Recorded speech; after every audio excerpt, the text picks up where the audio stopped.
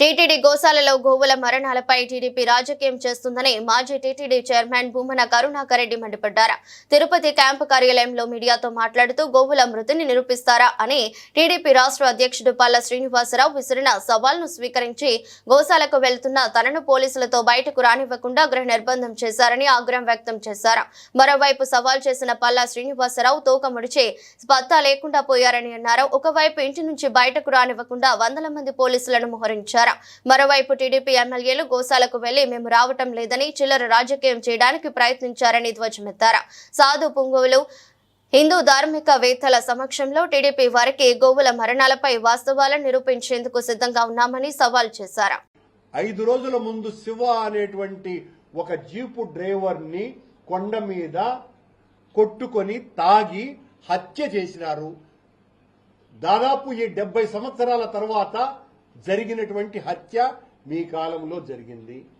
దీనికి సమాధానం చెప్పాలి కదా. మీరు చెప్పులు వేసుకొని వైకుంఠం క్యూ కాంప్లెక్స్ నుంచి మహాద్వారం వరకు వచ్చినారు, బిర్యానీలు తిన్నారు, తాగి కొట్టుకుంటున్నారు, బెల్ట్ షాపు దొరికింది కొండ మీద. ఇక ఏ అపచారం జరగలా మీ దగ్గర? మా మీద ఎగిరికి పడిపోతున్నారు.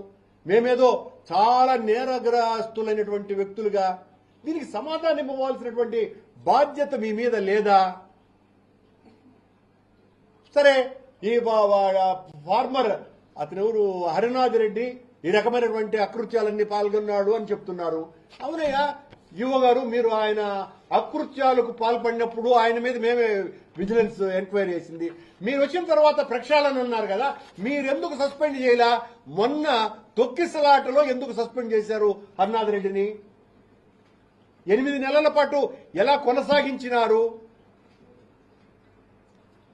ఒక తప్పును ఎత్తి చూపితే మా మీద దాడి చేయటానికే మీ సమయాన్నంతా కూడా వాడుతున్నారే తప్ప, నిన్న ఇన్ని మేము ప్రక్షాళన చేసినామని చెప్పినారు. మొన్న రాత్రి డ్రోన్ ఎగిరింది.